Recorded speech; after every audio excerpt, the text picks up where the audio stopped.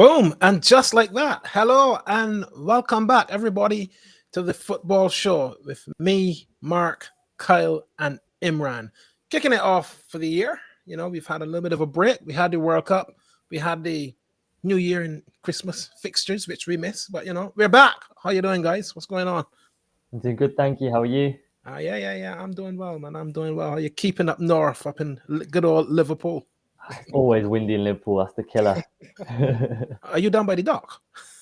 Not down, but well, I mean, everywhere's by the docks in Liverpool because it's all in the city This is centre. It's true. all close together. Yeah, Wow. Keeping warm then, are you? yeah. Well, I'll try my best.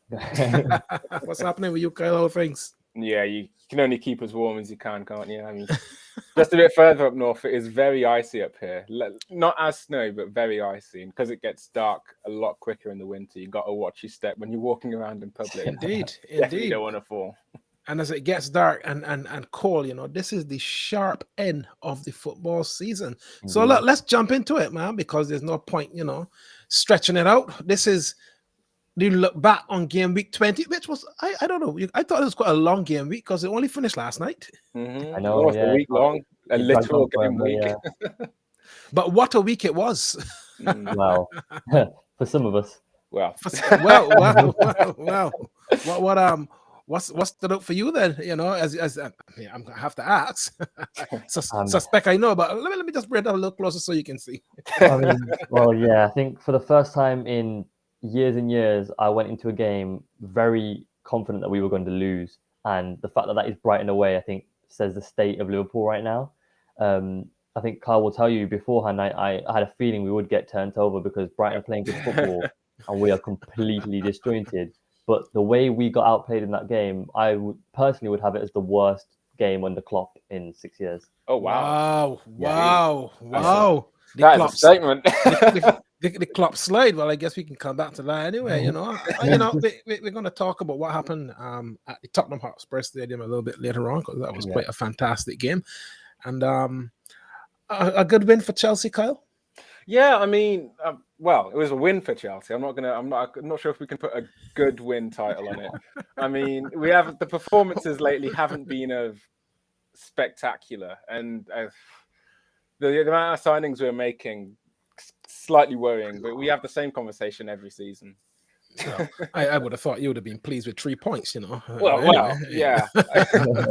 As satisfied as you can be sitting in 10th.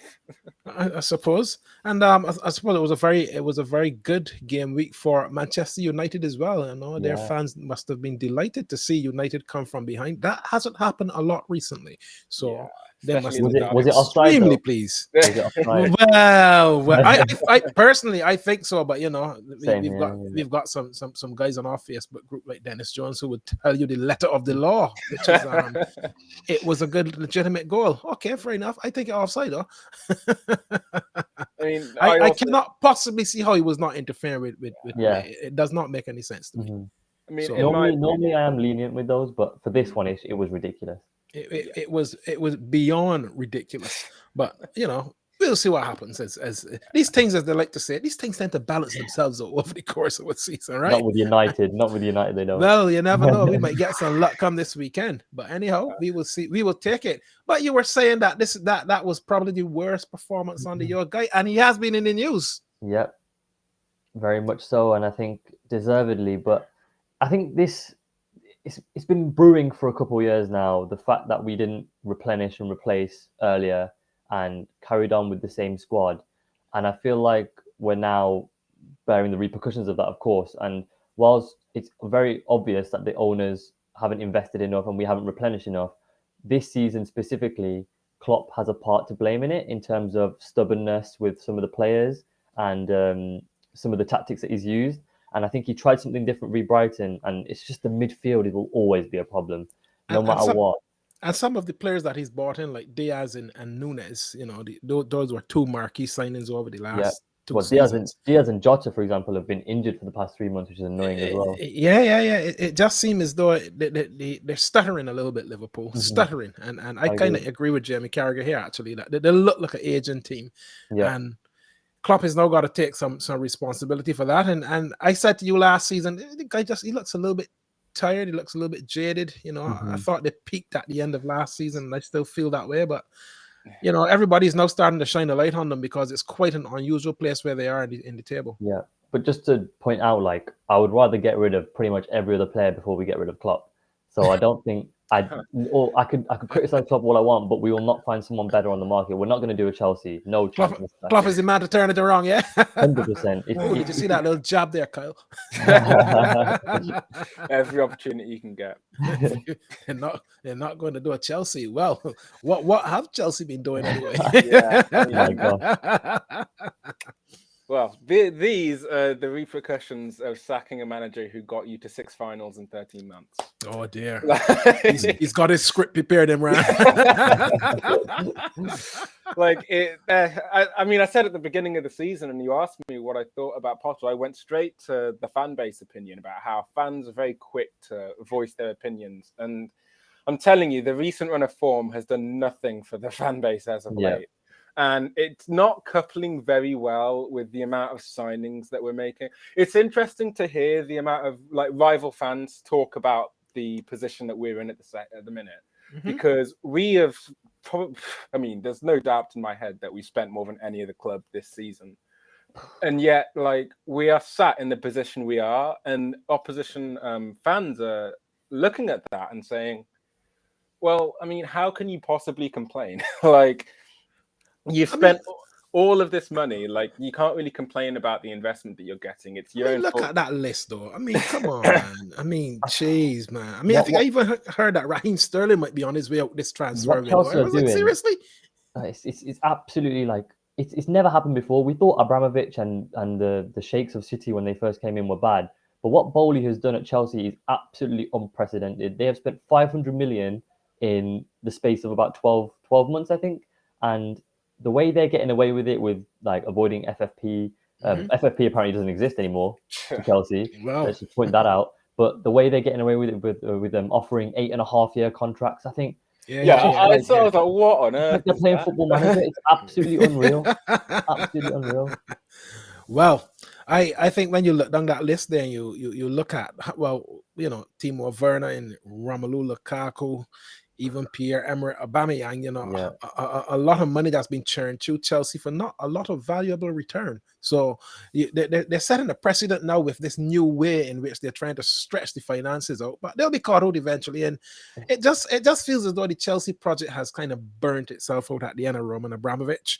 It's trying to rediscover its way again, but it just doesn't feel as though he's got the players there. I think he's killing the club. I just cannot see how this is sustainable. Like the amount they're spending, they're not really going for specific profiles. It seems like their scouting technique is to look at whoever other clubs are looking at. Yeah.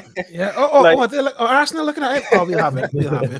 It's like normally when you look at a chance, like look at Forest, for example. Like when we were looking at Forest making those 24 transfers in the space of like a month and a half back in the summer, we were looking at them and we were a bit like, no one was really questioning the transfers. The only thing that everybody was talking about was the number of signings. Yeah. But every single signing, we looked at it and we were like, "Nah, you know what? You can understand that. You can make sense." I don't think there's any signing that we've made, maybe apart from that. Oh goodness me! I was saying to Imran the other day, and you probably heard me voice it back at home while we gave him his debut. The business behind the scenes of that João Felix deal is some of the worst business I have ever seen. Let's just get him close, because he's getting very passionate about this. So like, let's just get him up close. I really couldn't fathom spending that much money on a loan after the player signs a new deal with Atletico Madrid. And but there's one thing I talk about quite a lot when I see João Felix play over the last couple of years is the very, very questionable decision to go to Atletico Madrid back when he was young. Like when he first made that move, it was one of the most confusing deals I have ever seen in football history. He was such a talent, and he decided to go to the most defensive club basically in the world. And let's not forget, you know, he got sent off in his debut, so he's going to cost, you know what I mean? He's going to cost you a little bit more money. Ridiculous. But you know, you're at it again because of course the transfer window is live at the moment, and you're leading the charge with Modric. I don't even know who the guy is. Where's he come from? Yeah, what's the backstory?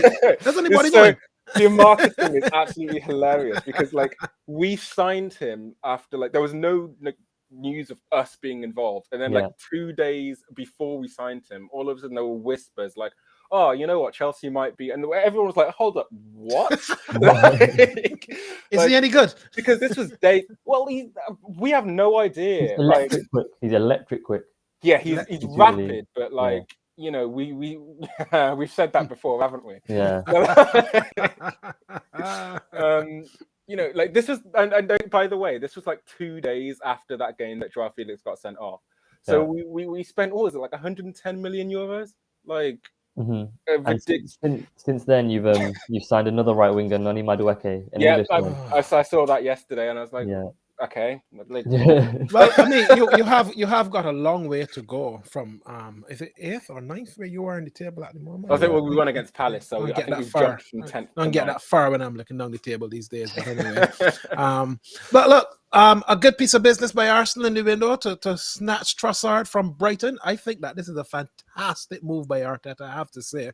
If Arsenal are going to get scuppered this season, it's going to be squad depth that's going to unravel us. And it's good to see that he's gone into the market. He's got a fantastic player in Trossard, who I think is very, very versatile and will fit the Arsenal system exceptionally well. So I'm very, very pleased. And I think you was a fan of his one time, Imran, if I remember correctly. I think in our first shows when I was hyping up the Brighton and Trossard in particular. And I think, it reminds me of a deal that Liverpool would do when we were in our prime, when we went and snapped Shaqiri up for 15 mil. Just like, he's not going to be a starter, but he's just squad.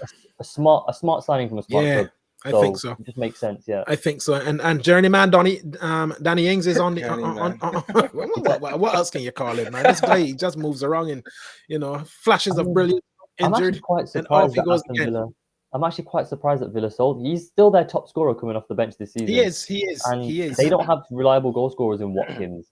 So but perhaps Emery hasn't got the faith in him because he doesn't deliver. We've had the same argument all season of it was the two were Buendia versus Coutinho and Ings versus Watkins, and no one seems to have both of them, both Watkins and Ings.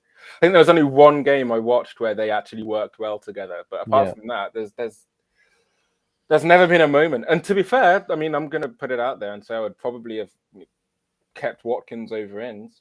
Well, I agree.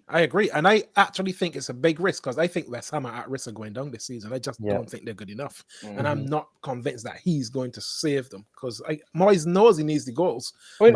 Ings, I'm not convinced. What I thought was quite interesting. Too inconsistent. Didn't they sign a striker at the beginning of the season? Scamacca, yeah. Very valuated one. What is... I haven't seen much. Well, I mean, I think the whole West Ham project with Moyes just seems deflated like that. It's flat. Yeah, absolutely. And Chris Wood, Forest at it again. Yeah, I mean, just solid backup, I guess. We can't really say much to it. Yeah, I think so. We'll see what else happens as the window. Forest can be a nightmare for FPL sometimes because you're like, I back him to win at home, but I have no idea who's going to start. Indeed. So we haven't looked at top half, bottom half now for weeks. Yeah. So let's start the conversation, man. How has it gone for you over the course of the Christmas period, The top two are still the same. we got to find out how long Arjun has been sitting on the top of this league now. Crazy. I've got a feeling this is some kind of record that he's setting there now, number one. But he's not getting away from the pack, And he stayed there, but he's not. He's not extending the lead. Yeah, I think the gap's gone smaller.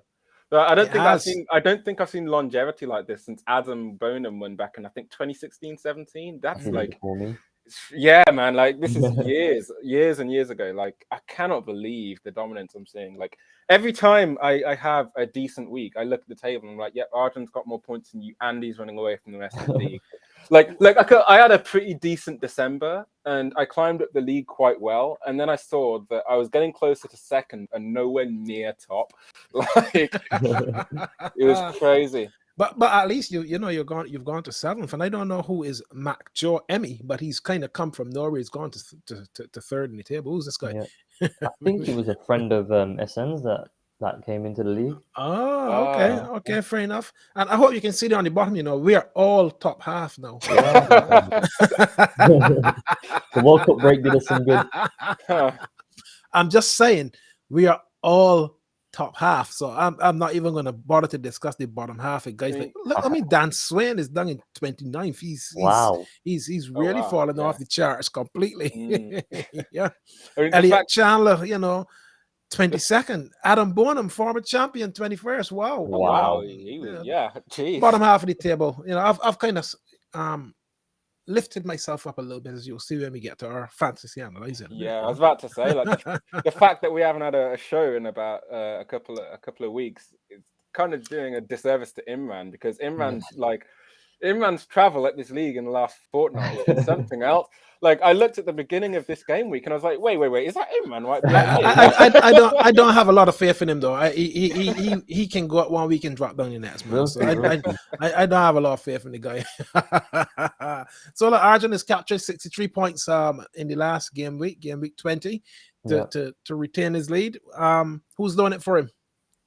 Well, I mean, this week wasn't particularly strong from Arjun's point of view. Like, I think the average was 60, if I remember correctly, 60 or 59. 59, yeah. Yeah, like, he hasn't done, like, ridiculous. And again, I know this is a conversation we have almost every show, where I don't know whether it's the strength of the world or the strength of this league, but it feels like everybody in the league got like an average of 75 points. Everybody's paying attention. Like, everybody wants...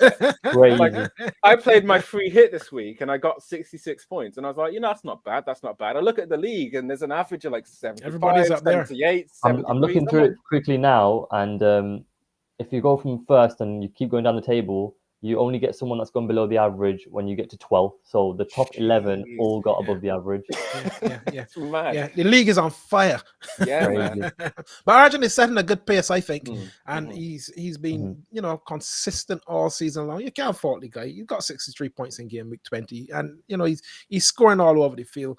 So Haaland is the little anomaly for all the managers now, I think, because he's had a little bit of a dip in the last couple of games, even though he scored last night. I have to say, I think for having a double game week, I'm pretty sure 500,000 people triple captained Haaland this week, including one Christian Corbin. He only got 8 points. That did not work out. That is an absolute spectacular fail. But you see, at the same time, it kind of slows the rate of growth and why it brings people like me up into the top half, because all of those people banking on a triple captain from Haaland, the points have come from elsewhere. So Arjun is running away, man. But the others are coming, and they're coming fast, including one Imran. What on earth are you doing with Kepa in goal? Ahead of the game. Wow. But I think, as you mentioned, the mini goal drought that Haaland went on has helped me climb a bit, because I took the risk of not getting him in, and it's worked so far. And I think the two key players that have been propelling me up the table has been that United duo of Rashford and Fernandes. They've been excellent for me since the World Cup restarted. Thank goodness you didn't captain Bruno there, man. I know, I missed out on it. It was a gamble between the two, and I gambled wrong. But you'd be an idiot to not captain Rashford in the form he's in right now. I think we'll allude to that later. And I think, just as a general point, I think my position doesn't actually reflect the performance based on previous years, because as me and Carl have discussed every year since I've been in there, you want to stay within 100 points of number one to give yourself a chance in the final run. And I'm actually within 100 points of Arjun, or just about. Fair. I think it's 103 points, but I'm 10th, which makes it look awful. But in previous years, I'm sure that the leader at this point, if you're 100 points off them, you'd be about 5th, maybe 6th. True. So it's just that the league is incredibly strong. But in terms of pure performance, I think I'm still trudging along just about well enough. And of course, we see that you have not relinquished your Mo Salah allegiance. I will never relinquish my Mo Salah. Even though in reality, what is he doing in your team, man? Come on, man. He hasn't had a good game in weeks. I know, but he's set to explode. He's set to explode. Okay, fair enough. Just to put Imran's point into perspective, I think in game week 31 last season, I was 120. Like Paul Thorpe, one of the two, either Paul Thorpe or Wayne Skeet was top, and I was 120 points off him, sat in 7th. Exactly. So I guess that kind of puts his point into perspective, where he can be 100 points off top in what game week are we in now? 20 or 21. Headed to 21 this weekend. Like, it just puts it into perspective. I mean, it kind of also puts in perspective just how like well Arjun is doing. But, like, yeah, of course. He is. But the pack is coming. Yeah. You know, and included in that pack is myself. You know, I am now top half, so you two can laugh all you want, but you know, I settle on a formula for, you know, I think probably from November, December, I decide, right, this is who I'm going with, and it's been working well. You know, I've got, just as you've been saying there about Fernandes and Rashford, Saka and Rashford have been a really good combination. I'm a bit disappointed with the return from Kevin De Bruyne this season. But I think a lot of that has been down to the fact that Haaland is, you know, influencing how the team is playing. Yeah. And De Bruyne, the returns from De Bruyne have been so poor. It was his but biggest nevertheless, you got to keep him in. Just gone through his biggest assist drought since Pep signed him. You got to keep him in. You got to almost. I have as much faith in him as Imran has in Salah. So he's staying in. He's staying in. Who's doing it for me at the moment is the a consistent back three who've been picking up quite a few clean sheets in Shaw, Trippier, and Saliba. And you know, I think across that back line they've been quite strong. Edison is, you know, well, he's my standard keeper. I don't really change my keeper in fantasy very often, so. He's been quite settled, and I've got to make a decision about Kai Havertz now because he only pops up from time to time, get a couple of goals, and then he's off. So he only scores in big games, to be honest. Oh, really? Like, he's the most like independable player, but if you have a big game, Kai Havertz becomes the best player Chelsea has ever seen. So like, oh my goodness. Well, you are bringing up the rear between the three of us this week, Kyle. I mean, I don't think I would be too disappointed if I hadn't played my free hit this week. Like, I played it to get those 3 City players in, and then Pep played his usual Pep roulette. Like, you know, the most annoying thing about this week, roulette. He hates FPL players. He actually does. The most annoying thing this week is the fact that Riyad Mahrez has now scored 4 times after coming off the bench 4 times. I think nobody seems to put him in their team, you know, and he always seems to. City played us twice in the space of a week, right? And he benched Mahrez, and he it was either Mahrez assisted and Grealish scored, or Grealish assisted and Mahrez scored. Brought them both off the bench, and you know, they do that, and then like 3 days later, Riyad Mahrez pulls out an absolute masterclass in the EFL Cup and knocks us out. And then he brings him off the bench again in the game after for Premier League, and he scores again. And then he brings Jack Grealish off the bench in the Manchester derby. Grealish scores. Then he starts Mahrez ahead of Foden, which no one expected, and Mahrez goes and scores twice against Spurs. And you're like, where is this coming? What is this tactical decision that Pep is like? Did you see our boy Lloris being beaten at his near post again? Oh my god! That guy's he needs to go, man. They need oh my word! I feel for the guy, man. I feel for so many mistakes. The one in the Arsenal game is the one I saw. I apparently made a massive mistake in the City game yesterday as well. He got beaten near post unbelievably poorly. Oh man, you know, Spurs are in the market for a keeper. The window is open. I'm sure Spurs fans will be, you know, looking forward to seeing the back of him. But this is the fantasy analyzer, you know, and we can see why we can't really have too much faith in Imran, because he's been from bottom to middle to top, right? So he has a particular profile, as we can see from the last 20 weeks. So take from that what you wish. I mean, that is actually crazy. I don't understand how I'm so volatile, but I'm hoping it's only upwards from here. Volatility at its best. I mean, what's interesting about this table is it makes me look as consistent as Wayne. Very. I thought so, actually. I thought so, you know. The thing is, I don't know which one is more impressive, because I think the battle where I am is probably more heated than the battle for like between 3rd and 5th. But once Wayne jumped from that 7th to 3rd, where is that? Game week 13. I think from game week 13 to game week 16, he very much just solidified his position, and now he's just there. So I think he dropped this week. Yeah, he dropped from 3rd to 4th. I think he got overtaken, but by not. He's my next target. Is he? Oh, geez. Oh, my word. Well, I'm going to lay stakes to the claim of being the most consistent, because from game week 8, you know, I have not left the bottom half of the table. So But I've got a little bit of an upward trend there at the moment since Yeah, I see that. since game week 15. I'm on Mhm. the march, so don't take your eyes off me, because that gap between myself and you, Imran, isn't very far. It's not very far. There's not a lot between us, man. So you keep looking up. You keep looking up. I will. I'm coming. We got to see now how we're going to refresh the fantasy analyzer as we head now from game week 21 onwards. Yeah. So let's talk about the Golden Boot. And interestingly enough, it took 22 goals last season to secure the Golden Boot, and that is where Haaland arrived at last night already. It feels like he's been on a goal drought, and then you see this, he's like, oh my gosh. Yeah, Yeah. I was thinking it last night because I wasn't watching the game. I was keeping up with it loosely, and I was like, if Haaland blanks in this game, it's going to be like 3-4 games in a row, and it's going to start putting a little seed. And FPL manager says, and then he went and scored. So like, nobody's taking him out their team, man. Yeah, everybody is absolutely convinced that this guy needs very, to be retained. I was so excited for him to blank last already. night. When I saw the amount of people who triple captained him, I was like, man, it's going to be so satisfying if he blanks this week. But what do you make of this trajectory here? Because if on the historic trend, you can see where Andy Cole was and where Alan Shearer was and where your guy Salah was, hitting low and mid 30s on their previous trends. He's ahead of all of them. It's crazy. It's scary what you could do. Yeah. But I suppose the thing will be is when he do hit the droughts, how long they last. Yeah. Because that is potentially what will drag him back a little bit. But he's well ahead at the moment to hit potentially 40 goals this season easily. Yeah, of course. And I think even before the season, we said the only thing that would stop him is injuries. But he seems to be managing his fitness well, managing his minutes. Well, he had the whole of the winter break off. He didn't Exactly. really work up. Yeah, true. Should be fresh as a daisy. Yeah. So and the others who are chasing him down are coming. you see Kane has got 15 goals this season. You think, really?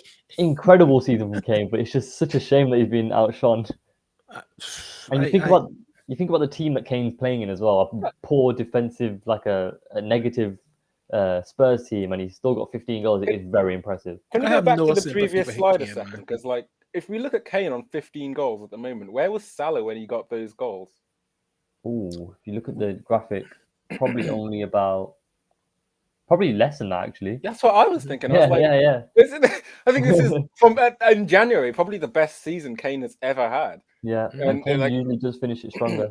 Exactly. I don't have any sympathy for Kane. He should have left Spurs a long time ago, man. He's the real loser, wasting his time. All of these goals for nothing. It was really interesting when Gareth Bale retired a couple of weeks ago. Everyone was like, "Yeah, forget Bale, Kane and Son." This is everything Kane and Son have ever wanted to be. Like, man. I mean, I read a graphic there the other day that he's the one player who has scored the most goals in the league never to win a trophy. It is Kane? Incredible. Yeah. Absolutely incredible. But crazy. I think he's having a good season. Mitrovic, his penalty last weekend was unlucky. Yeah. But I feel really good that he's come back to the Premier League this season and is really proving a point because he's Fulham as a whole, that is. Yeah, what shocked me is when Fulham, I mean, granted, we were absolutely woeful. When Fulham beat us the other day, they were playing without Mitrovic, and going into the game, everyone was like, "Oh, Fulham without Mitrovic," and they absolutely dominated us. They're playing so played good, us man. off the park. It was so fantastic. good. And I know the two of you are still licking your wounds about England in the World Cup and Ivan Toney not being in the squad and all that. He would have scored that penalty. Ivan Toney for England. he doesn't miss should have been in the squad. He doesn't miss penalties, whereas the guy to his left. Yeah, I mean, the one thing, as I'm sure I've said in this show, the one thing I do quite a lot is just scan through like FPL statistics. And Rodrigo is the guy that shocked me. I was like, because I obviously don't really look at leads when I'm looking at my FPL team. And I was scrolling through goals scored, and I was like, wait, Rodrigo? Like, in which games has he scored these 10 goals? Like, he went on like a mini purple patch. I was like, where on earth is that? Because I mean, everyone's looking at Almiron. And yet Rodrigo sat there with one more goal than him. I was like, this is to me, it come out of nowhere, but evidently it hasn't.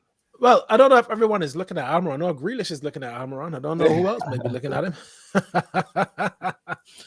Let's talk about Marcus Rashford, because he is in what I think is the form of his life. Yeah. Forget that we think that he was offside last weekend, right?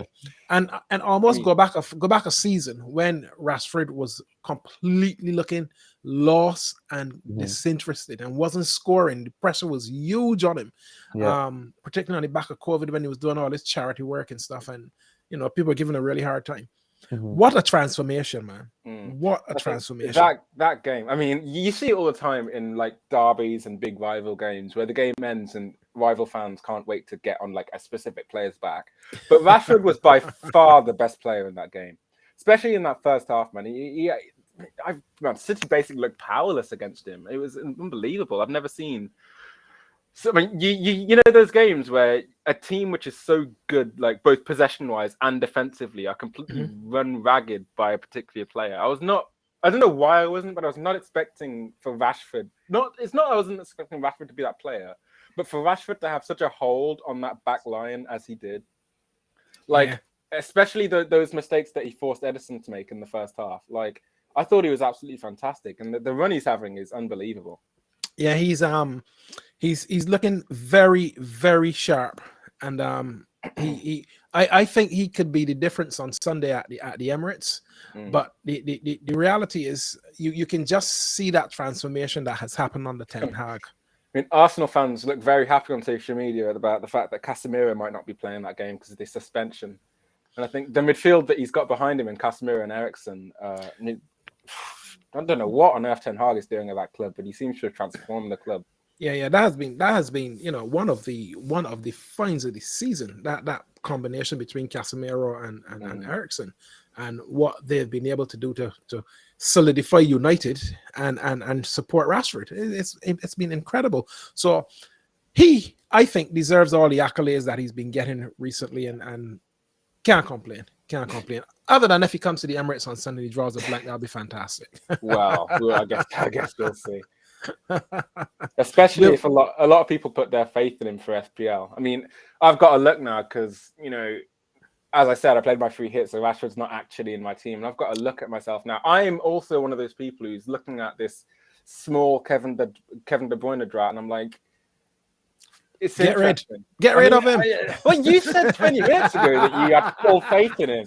So well, that's why I want you to get rid of him. I'm not getting rid of him. I mean, it's interesting to think about, because I mean, last season we said, the line that we were saying last season about how defenses seem to be winning like leagues and stuff. And I don't know if you agree, but from my perspective, it seems to be that it's the midfield this season that seems to be carrying a lot of. I mean, maybe plus the addition of Erling Haaland. But it's the choice of look at Saka, you look at Martinelli. Odegaard is coming out of absolutely nowhere, by the way, with this season for Arsenal. And then you've got De Bruyne with all these assists. So I'm pretty sure he's still the top assister of the league. And then it's just, I think for me that you got Rashford, Eriksen, Casemiro, Fernandes, all this choice, Pascal Gross. All of this choice in the midfield, and it's definitely determining where people are in the league. It is, and we will see what difference Marcus Rashford makes at the Emirates on Sunday, because that's got to be game of the weekend. We know that. Well, of course, the game of last weekend was at the Tottenham Hotspur Stadium. Now, I thought Spurs were so tepid and lackluster for a North London derby, which I'm always expecting a little bit of feistiness in this fixture. And in recent times, this fixture has been won at home by these two teams over the last couple of seasons. We will win at our place, Spurs will win at theirs. And I was kind of not sure what would happen last weekend. And I thought to myself, as Arsenal go to Spurs and win, we aren't going to win the league because I'm not getting carried away. But I think we're really making a statement that this is a fundamentally different side and this is a different season for us. So to see how we dominated them across the game completely was fantastic for me, but Spurs are too lackluster, man. I mean, it was for me. I mean, we even said this in the reverse fiction, as you've just said. Like going into the game, it's Spurs are so strange. Like for how like certain sides they just turn up for one game out of 38 games in a season. Like this is that fixture for Spurs normally. And what's weird is, I mean, I was saying this to Chris, like Spurs every season they come into this game, they'll have 4 games previous where they probably have some of the worst footballing performances you've ever seen. And then they turn up at their stadium and they welcome Arsenal and everyone's like, yep, easy win for Arsenal. And then Spurs out of nowhere somehow get a win. And everybody is shook to their core and they're like, where on earth has this football performance come from? That's what I was expecting to happen for the 5th season in a row. And then, the game started, and I think within like the first 3 minutes, I'm pretty sure you had a shot on target. Well, there you can see it. It's right on that graphic. Yeah, so like it was unbelievable, like the domination. And then, you had that mistake from Levis for the first goal, and the game just unwinded from there.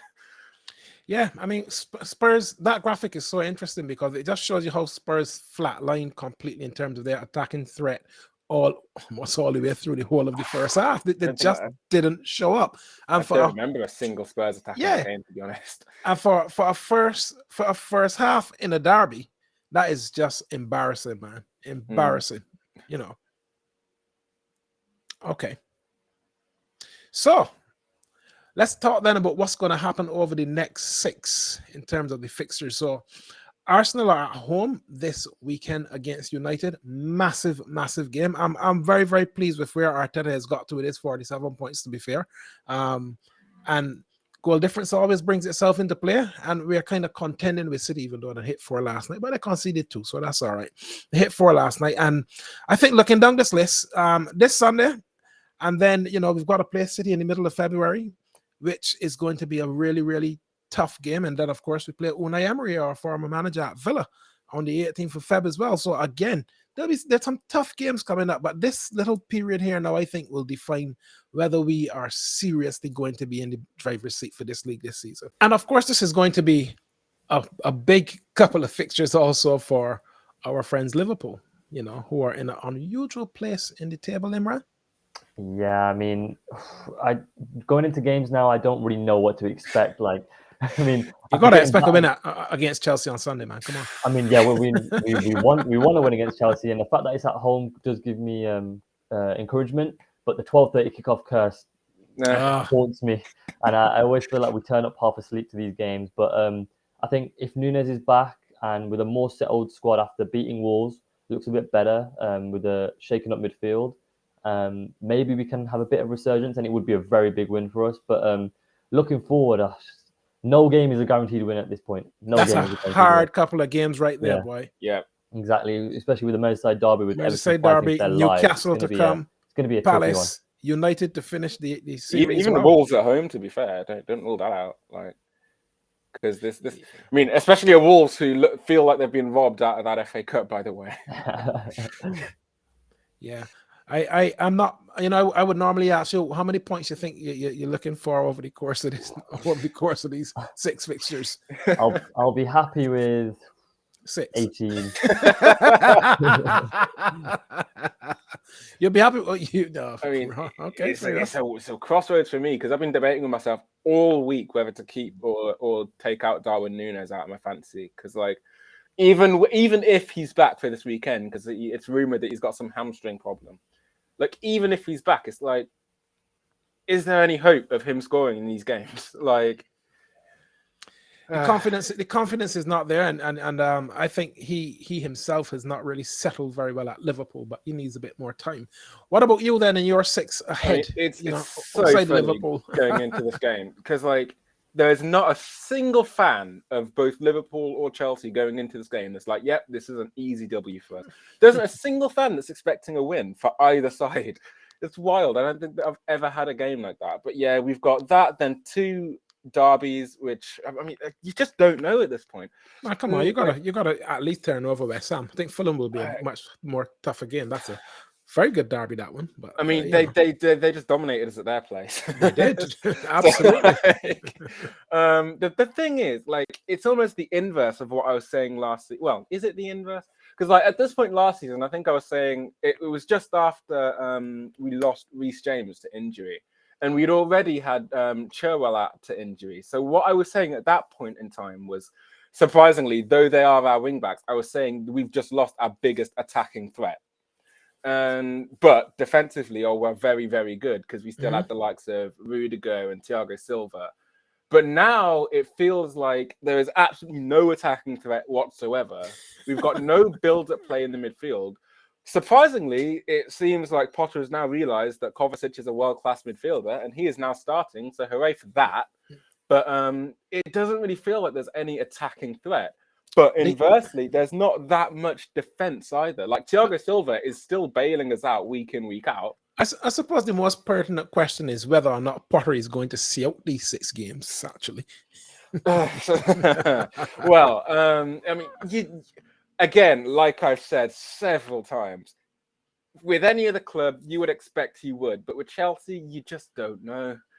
You just don't know. This is the club that sacked the manager who got them to 6 finals in 13 months. So that's the line I'm going to keep using. Oh my word! You know, that's a good point on which to move on.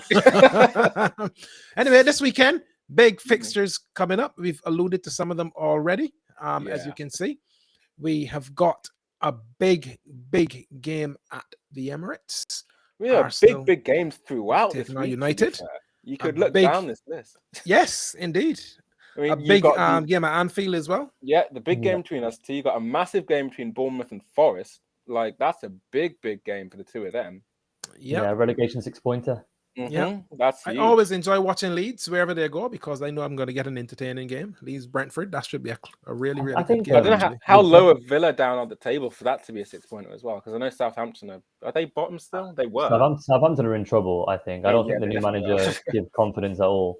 But I think Villa should be good. I think they've climbed quite a lot to like 12th, I believe.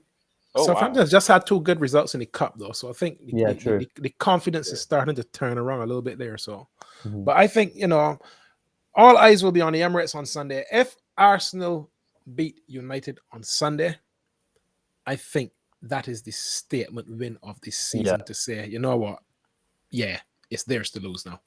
Oh wow! And so far, whenever we've questioned Arsenal, they've risen to the challenge and proved the doubters wrong. Yeah, but we lost very badly at Old Trafford. That was a terrible defeat for us. Yeah, it hurt you. And of course, because it was a goal, and they robbed us at Old Trafford. So I'm really hoping that we. I saw a tweet this morning that said, from a United fan that said the rest of the fans in the Premier League should be thanking us that we beat them at Old Trafford, because can you imagine if they were unbeaten at this point? Yeah. Man, Arsenal fans, if they were unbeaten in the middle of January, like that would be Invincibles too. Oh, that nonsense! I'm not getting carried away. I just think if we get over United, to play City twice. Don't forget that. We do. But I think if we keep stretching our lead, it makes it more difficult for City to reel us in. So Sunday is key. Sunday is absolutely key. And of course, we finish with the table, sitting very, very proudly at the top there with no defeats in 5 is Arsenal.